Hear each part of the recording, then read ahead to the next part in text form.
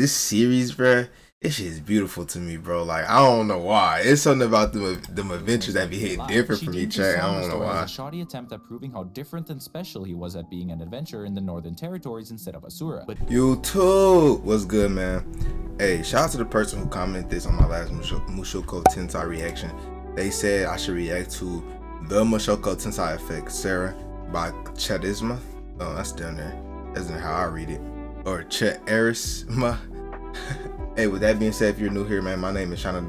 Welcome to the Don Crew, bro. Without further ado, let's get straight into today's reaction. You know we getting tapped into the Mushoku Tensei reactions on the channel, man. Mushoku Tensei was quite the roller coaster of emotions. Nothing could beat the hype I had for it when the first PV. Bro, I don't need captions. I can read English, July bro. 3rd, 2022, especially after the long interval between the PV and the last episode of season 1. Dude, yeah. Hey, you know what? Channels like this will get my respect because I love the comedy, bro. It be hitting right on point. Studio Bind gave almost no new information for 6 months straight and released whatever this was instead. But finally, season 2 was upon us. But with a new season of Let me see if he hired editor. Y'all gotta check this out because he got hella edits. I ain't gonna lie. Tits rent is due. Hey, okay. Yeah, shout out to the person who told me to react to this, bro. Tensei comes a new plot point in the story we follow after the events of season 1. And no, I am not talking about Rudius and his sad boy hours or pee-pee dysfunction. The plot I am talking about is Sara, who comes across as a Chinese ripoff of Eris. But is that really all her character has to offer? Let's take a closer look. Quick disclaimer, I'm giving my insight on Sara as a person who has read volumes 1 through 7 of the light novels and everything the anime has released so far. I will be pulling details from the light novels, so anime onlys beware. There's a concept that I believe applies to all the characters in this rich world, something I call the Mushoku Tensei effect. By this, I mean Rifujin Namaganote. I'm sorry if I butchered your name again. The author of Mushoku Tensei's brilliant way of writing that manifested itself into a concept that applies to the world and its characters. Not just the main characters, but the side characters and background characters as well. Not a single one of them feels out of place or unnecessary, as each of them has motivations and stories of their own to tell. So how does the Mushoku Tensei effect apply to this snarky blonde-haired girl here? This is a W video already. What defines a tsundere? This was something I explained in my... It is. You're such a crash out. Like, I miss you. I miss you crashing out. And then I miss watching Rudius like just be lost in the sauce, not knowing what to do. Analysis video, but I broke it down into 3 simple tropes. Number 1, the tsundere treats the protagonist poorly for seemingly no y'all see that? Even if it is their first time meeting. Number 2, the tsundere treats everyone around them relatively well, despite their haughty personality to the protagonist. Number 1, the tsundere treats the protagonist poorly for seemingly no reason, even if it is their first time meeting. Number 2, the tsundere treats everyone around them relatively well, despite their haughty personality to the protagonist. And number 3, the tsundere will eventually fall hard for the protagonist after they do 1 or 2 basic things, but will still stubbornly refuse their feelings. These 3 general things combine to create the tsundere appeal. Sara fits the bill for nearly all these it's points. crazy he just low-key defined what a tsundere is for me. To me, because I didn't even know. Like, I just heard it. I didn't even know. Likes a gloomy mood killer like Rudius was on that carriage, but the way she treated him was almost like he killed her family or something. She kept up this attitude despite learning that Rudius was here to search for his mother, and shut him out at every chance she had when Rudius was getting a little too close to her safe space. Her safe space being the B-ranked party Counter Arrow. Sara's second tsundere trope applies here in that she treats the members of the Counter Arrow party like family, especially her mentor and metaphorical mother figure, Suzanne. But despite her demeanor towards Rudius, she too slowly falls into the third trope all tsunderes find themselves in, falling madly in love with the protagonist. But did she really? It's true that she slowly started warming up to him after Rudius repeatedly proved that he is not as bad as she thinks he is, and even going as far as to offer her body to him. But she never explicitly stated that she loved him. In fact, she did something that would make any tsundere fan proud. Wait, dog. Wait. No. Alright, y'all, we live. All tsunderes find themselves in, falling madly in love with the protagonist. But did she really? It's true that she slowly started warming up to him after Rudius repeatedly proved that he is not as bad as she thinks he is, and even going as far as to offer her body to him. But she never explicitly stated that she loved him. In fact, she did something that would make any tsundere fan proud and completely shut down the protagonist during an important moment, giving them the wrong idea, despite that most likely not being her true feelings. It's also obvious that she did feel something as she was visibly hurt by the words Rudius said about her. But it's not like she was swooned by Rudius' strength, as she is fully capable on her own with her proficiency in archery and her independence as an adventurer. But it can't just be me when it felt like something was missing from that last scene in episode 3. There just had to be something more to Sara than just being your average tsundere/Eris wannabe. That is where the light novels come in, to fill. Now, facts. This is one thing I do want to agree on, because I'm not gonna lie, like, I was a little lost in the sauce at the beginning, but now everything coming back to me like a flashbang from the past. And bro, I will say that is so true. Like, you felt that tension there, and then Rudius, he was like still growing, and he's still growing at this point until like being able to read that type of stuff and like actually, you know what I'm saying, like knowing what to do with that. So it's like seeing that and watching that from a viewer standpoint was a crazy feeling. So I actually like how he's talking about that. This is actually very fire, and it's a character that, like, season 2 for me, from my POV, was so much, like, it was so much going on in season 2 to the point where I ain't gonna lie, like, I'm not gonna say her part was significant, and it's like, of course, we're about to get into that, but like, she played a role, but like, it was so much going on in season 2. This was just like the tip of the iceberg at the time, if you get what I'm saying. And so it's like now, it's like I'm thinking back, like, damn. Her attitude towards Rudius was not fully directed at him, but instead towards his noble origins. He was born in a village at the western edge of the Milbots region, near the middle of the Asura kingdom. She was born to parents who were hunters and grew up helping them from a young age. Due to her father being a hunter, she had been practicing with the bow ever since she was little. However, one day when she was about 10, a massive monster started attacking the village from a nearby forest, to which both of her parents were killed in the process. It was from that fateful day when her hatred for nobility grew. The region she was born from was overseen by a certain rodent-ish name that would immediately raise flags for Sara when she heard it, the Nodos Grey Rat family. Sara also saw the lord of the Nodos Grey Rat family himself when she was very young, as he came to her village alongside a group of soldiers to hunt down some monsters nearby. His crafty-looking face, still vivid in her mind, bore a lot of resemblance to Rudius. In her eyes, her hometown was destroyed by their arrogance, as they never sent knights to help when the monsters attacked her village. They simply left them to die. To make matters worse, the nobles came up with all kinds of excuses for why they didn't send any knights to protect the village. This provides insight into why she despises nobility, and as an extension, Rudius as well. Simply hearing the fact that Rudius has a last name, and that last name is tied directly to the cause of her despair, was enough for her to instantly have prejudice against him. Even though nobles are generally distinguishable from the rest with the fact that they have surnames. The name Sara was all her parents could offer her, as they also had single names as well.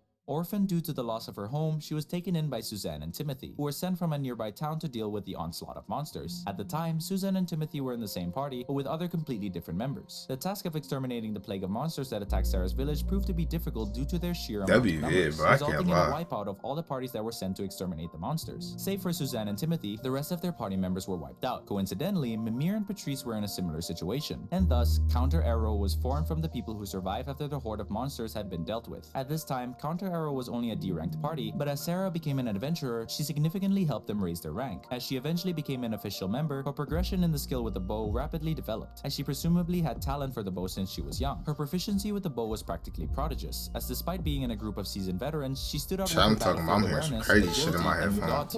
Her eyes were unsurprisingly sharper than your average adventurer, as shown here when she was tasked with reporting grizzlies in the darkness. In terms of combat, she was already on the level of an A-ranked adventurer. Archers were an uncommon sight in this world, as mages held an advantage with their long range. I'm telling you, it's like some stuff ringing in my ear, archers bro. I promise with the constraint of finite arrows and the burden of carrying them, in contrast to a magician who could regain their mana after a good night's sleep. Unlike in video games where you could stockpile thousands in your backpack, reality was different. For most, learning magic. Alright, let me ask the viewers. So like, so far, like, okay, what for you guys hit different with this series? At least on the subject matter that he's talking about, bro. Like, just between Rudius, because we pretty much watching Rudius grow in the series.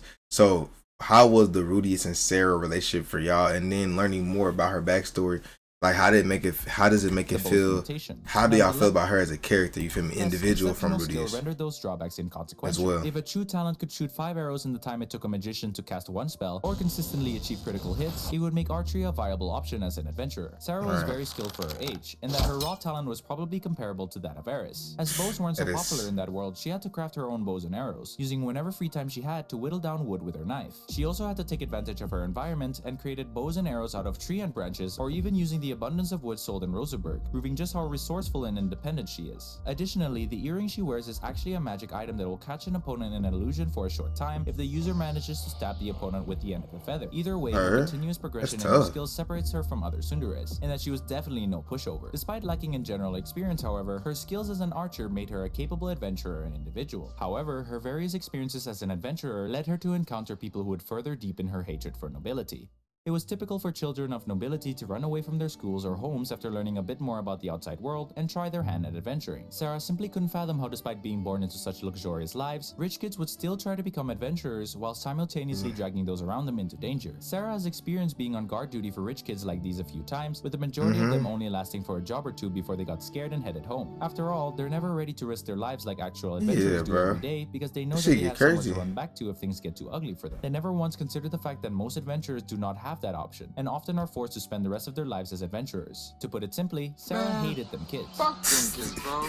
And she assumed that Rudius was also another one of those useless brats. Aside from his trauma and losing last name, she immediately assumed that Rudius was a rich kid and thus related to nobility based on the expensive-looking staff he carried with him. But even so, why would the son of some Asura noble leave his country and head out to a dangerous region like the Northern Territories of all places? To Sara, the answer was written all over his face, and that despite his polite tone, he always looked forlorn and gloomy. She quickly... You know what's well, before I didn't mean to cut him off, but look, you know what's crazy is how sometimes it's crazy how people can have perceptions or viewpoints on you just from where they're standing, and it's like that can be their reality. So no two people see each other the same. It's like somebody can see you a certain way just because of where they stand and just what they going through with their assumptions and stuff about you. And it just depends, you know what I'm saying? That comment can go so many different ways, but I think that's like one thing that this author does really well is just playing with these real aspects of life and how these things impact how we interact with each other and how the story goes, bro. Up as another rich kid who had some trouble in his rich boarding school or gotten into a fight with his parents. Hey, that he would run chill away out. That sounded got slightly dicey, which is why during their first coalition hunting the Luster Grizzlies, she made an effort to keep his role in the party to a minimum, in an attempt to prevent him from sabotaging the party. This fact proves that she really cares for her party and wouldn't risk having someone as another one of those spoiled shout out Sara. Put their lives in jeopardy. This notion of Sara being conscientious of her actions and always thinking about her party members is a bit more pronounced in the light novel. One example is during their preparation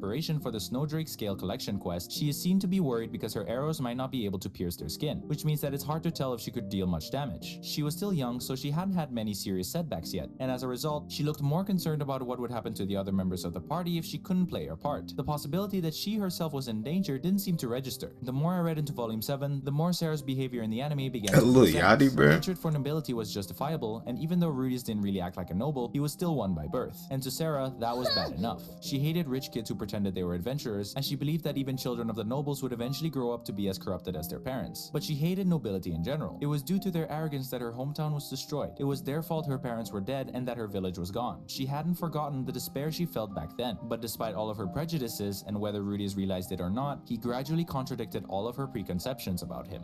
Oh, it's fire, bro. That'd be writing, bro. Like I said, nobility would, he wiped out an entire pack of Luster Grizzlies single-handedly, proving that he was a lot stronger than he says he was. And through that first job with him, she realized that he wasn't really a bad person. The story about his missing mother shocked her at first. All I can say is shout out to this YouTuber, bro.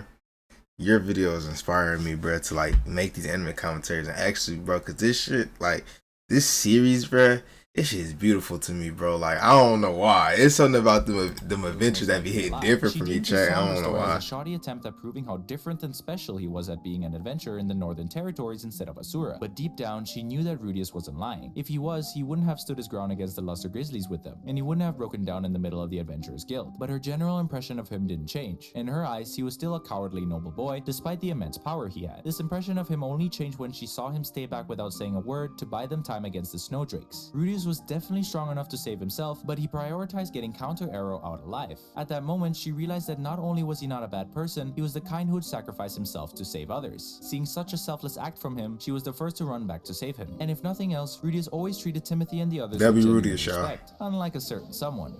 He was an incredible magician, but he never acted like he was too good for them. It's true that Rudius could be an eyesore because he never stood up for himself and always wore an unsettling fake smile. It's also true that Sara didn't want to admit that he was any different from other rich kids. But the more she looked at Rudius, the more her foundation about what she really hated seemed unclear to her. From then on, her feelings from him started to change. Sara began to pay attention to what he was saying and doing. She tried to ignore her developing emotions, telling herself that she detested nobles in general, and adventurers born into nobility in particular. However, the denial failed, and she eventually came to the realization that Rudius was not like the aristocrats she despised after all. And you know what's so funny? Like, I heard this thing where people say, these confusing feelings.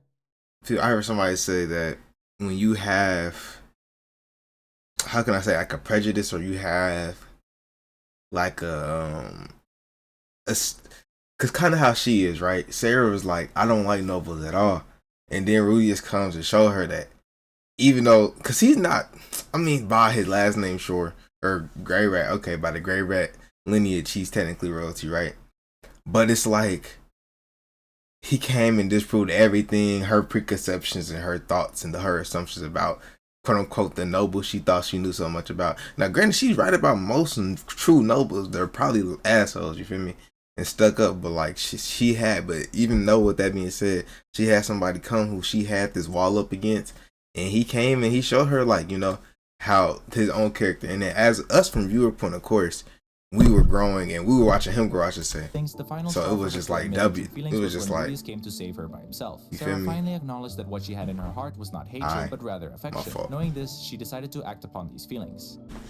I'll take this opportunity to describe a bit more about Sara, how she compares to Eris, and how in many ways she is different. I'll take this hatred, but rather affection. Knowing this, she decided to act upon these feelings. I'll take this opportunity to describe a bit more about Sara, how she compares to Eris, and how in many ways she is different from her. Petite, with a crop of smooth, short blonde hair, and a sharp expression to tie everything together, her facial features were classically Asuran. In the light novels, Rudius points this out and mentions that she resembles Eris. However, other than the unsurprising fact that Sara's open hostility reminded him of Eris, Sara was different from Eris in a number of ways. For one, Sara was pretty particular when it came to paying debts. This could be due to her time as an adventurer, and that typically being in debt with someone in that line of work is not the best idea, but the point stands that she is a responsible person. Anytime Rudius would try to treat her to a meal, she would insist on repaying it back right away. Although Eris was most likely a lot more conscious about the value of money now, she certainly wasn't back in her youth years. Sara also enjoyed like shopping trips and even small talk, albeit most likely only because she was doing it with the person she cared about. Eris, on the other hand, whether she was doing it with the person she likes or not, wasn't too enthused with shopping trips or small talk about. Enjoyed minor things like shopping trips and even small talk, albeit most likely only because she was doing it with the person she cared about. Eris, on the other hand, whether she was doing it with the person she likes or not, wasn't too enthused with shopping trips or small talk. Not that she was good with words in the first place. But if there's one thing that Eris and Sara really share in common, is the fact that both of them are very assertive when it comes to getting what they want. In Sara's case, she wasted no time closing the distance between herself and Rudius. She started inviting him to her party's hangouts and actively engaged in conversation with him. The more they talked, the more her love for him grew. As she got an idea of how Rudius felt about her, she deduced that he was trying to reciprocate her feelings. I ain't gonna lie. This is why she invited him out on a date. It's such peak. This is peak. This is just peak. It's like, gang, where do you go in the isekai and they had this type of death just in the relationship, bro? And this is only 2 of his relationships. I know that sounds crazy, but compared to his pops, it's not that crazy. But anyways, back on track. This is just peak, bro. I'm just reliving the whole series in my head. Like, damn, like, my boy done been through a lot, man. No cap. To use her life debt to him as a way to sleep with him since she was too ashamed to express her feelings to him directly. She then made the decision to him as a way to sleep with him since she was too ashamed to express her feelings to him directly. She then made the decision to tell him how she really felt after they had slept together. This is where the slew of misunderstandings began, and unresolved feelings were left hanging. When Sara learned that Rudius' body didn't react to hers, it felt like a harsh slap in the face. If she wasn't so flustered, she might have been able to notice that Rudius hadn't intended this to happen. Unfortunately, this was Sara's first time, and she didn't have the composure for that, so all she could do was save face by spitting those words at him and getting out of there. She spent the entire night in tears, but somehow managed to put on a positive front the next day. However, Rudius didn't show up at their party's usual meeting spot. After asking around, they learned that Soldat had taken him off to some place. She knew that Rudius did not get along with Soldat, so she worried that he would be in some sort of trouble. But as she and Suzanne traced him down, that was when she saw him. At the entrance to the red light district, hammered, kissing a red-haired escort, and dishing out complaints about her. From what Sara understood at that moment, Rudius spent the night in the red light district with Soldat, betting a prostitute. No, Sarah, hold on, go back. This is fire. See, this is why even though I don't watch source material, I mean, what the fuck am I talking about? Even though I didn't read or read the source material, which is light novel for this, but I'm actually enjoying this because it gives that depth that you might not see or had a time to really practice and think about while watching the anime, bro. So this type of content is super fire. And I really have appreciation for it, bro. At the entrance to the red light district, hammered, kissing a red-haired escort, and dishing out complaints about her. From what Sara understood at that moment, Rudius spent the night in the red light district with Soldat, betting a prostitute because Sara wasn't able to satisfy him, and laughed as he dished out insults about her. The affection she had for Rudius immediately turned into hatred, despite all the indicative hints that would suggest that what she concluded might be wrong. She also certainly had no idea she had a bad habit of lying to herself and ignoring the truth, as we know of her initial struggles in trying to not hate Rudius in the first place. As Sara was wallowing and shrieking in her fierce resentment for Rudius, Suzanne and Timothy were there to try and help comfort her and resolve the situation. Timothy pointed out that although Soldat did have a bad attitude and talk trash, there were rumors that Soldat was good at looking after people. It was possible that he was trying to help Rudius. After a bit of convincing, Sara agreed that she had been too caught up in her sadness to really observe her surroundings that night, and decided to ask him himself. However, after not being able to find him, she asked around until she ended up finding herself in the pleasure district. It was at this moment that Sara learned the truth of the situation. Here, Sara met the woman she saw Rudius with, Elise, who only knew about Rudius' struggles, and the fact that Sara was one of the main causes of his sorrow, started telling Sara what she knew about Rudius' circumstances, fully intending to put the blame on her. Sara learned of Rudius' impotence and just how depressed and frustrated he was about the situation. Now, she was not only weighed down by her own pain, but also by the knowledge that Rudius had been hurt as well. Despite how sorry she was too scared to go after him. She feared he wouldn't listen. She feared he would push her away. Furthermore, Rudius leaving town without saying anything to her was a sign of rejection. That night, all she could do was curl up in her bed and lay there. But when the morning came, she was keenly aware of two things. Her love had ended and Rudius rejected her. She looked up to the rising sun and thought to herself, but if it comes to pass that we meet again, I'd like to apologize and be sincere about it. This harsh realization that Sara came to is something that I believe encapsulates what the Mushoku Tensei effect does for its characters. Through her time spent with the one known as Rudius Grey Rat, Sara, a person who has always loathed nobility, found herself wrestling with those feelings. Rudius could have easily been one of the many foolish and egotistical nobles she had seen countless times before. Throughout her life, she stuck to her guns and held on to her understandable hatred for nobles. And a part of her always wanted to hold on to that hatred for Rudius. But Sara couldn't deny herself, or the fact that Rudius was truly different. Realizing this, Sara slowly started to open up her heart. But by the time she fell for him, her love had ended before it even started. But even so, she not only admitted her missteps, but also reflected on them, and promised to one day make it right. This alone was enough for me to feel how genuine Sara was as a character, and just how the Mushoku Tensei effect impacts his characters. They aren't simply cheap characters that are unoriginal or copied off others. The motivations and reasons they act the way they do feel multidimensional and comprehensible. But that doesn't mean they aren't capable of change and introspection, just like Sara. She isn't a wannabe heiress or your average tsundere. She is her own person. Thank you for watching. I am so glad I managed to make a video on Sara, as I felt it had to be done due to the context that was cut from the anime. Despite putting quite a lot of details in this video, I highly recommend that you read Volume 7 yourself, as there are a lot of... Thank you for watching. I am so glad I managed to make a video on Sara, as I felt it had to be done due to the context that was cut from the anime. Despite putting quite a lot of details in this video, I highly recommend that you read Volume 7 yourself, as there are a lot of small details and dialogue that I couldn't fit into this review. My upload schedule has honestly been inconsistent, but such is life, and I can't be thankful enough for all the support I've been getting from you guys. I'm not sure what I'll make next, but I have some ideas that could be interesting for a video. Look forward to it.